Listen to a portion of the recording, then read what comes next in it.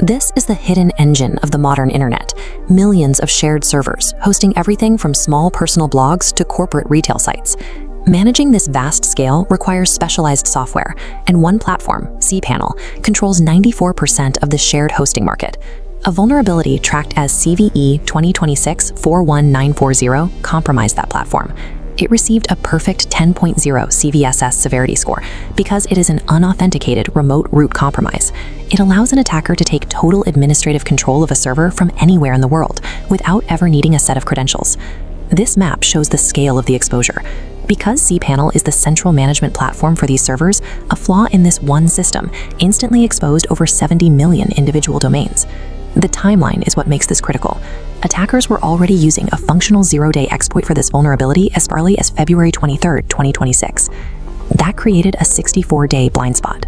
For over 2 months, threat actors had total undetected access to servers globally before a public disclosure or a security patch even existed. The foundation of the web was compromised for months, and it was all triggered by a failure to properly filter 2 invisible characters of text. To launch the attack, a hacker only needs to send a modified web request to a standard cPanel login portal, which usually runs on port 2083. This diagram shows a standard HTTP header. The exploit relies on a CRLF injection, standing for carriage return and line feed. It is a method of using invisible spacing commands to bypass a system's input filters. By intentionally leaving out expected parts of a session cookie and injecting those invisible line break characters, the attacker forces the data string to physically split into 2 separate lines of code. The cPanel service daemon, called cpservd, usually encrypts session data, but these forced line breaks confuse the software. It skips the encryption process and writes the raw, broken text directly into a new session file on the disk. Because the system accepts those hardline breaks, the attacker can now insert their own instructions. They add commands that define their user as root and specifically grant themselves root access permissions. When the system reloads this file, it sees the injected instructions and grants the attacker a valid administrator token. The entire authentication process is bypassed. There is a massive difference in impact here. Hacking a single website gives you control over one site's content. Hacking the Web Host Manager, or WHM, gives you control over the entire physical server infrastructure. From this root position, an attacker can read every customer hosting account on the machine, modify databases, steal system-wide credentials, and pivot into adjacent networks. 2 invisible characters allowed an anonymous visitor to bypass the entire security stack and assign themselves absolute administrative authority. On April 28, 2026, the vulnerability went public.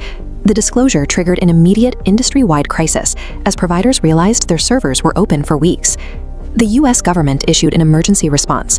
The Cybersecurity and Infrastructure Security Agency added the exploit to its known exploited vulnerabilities catalog, setting an aggressive 5-day patching deadline for all federal agencies.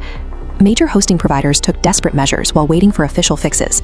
They physically blocked inbound traffic on control panel parts at their firewalls to stop active exploitations in their tracks.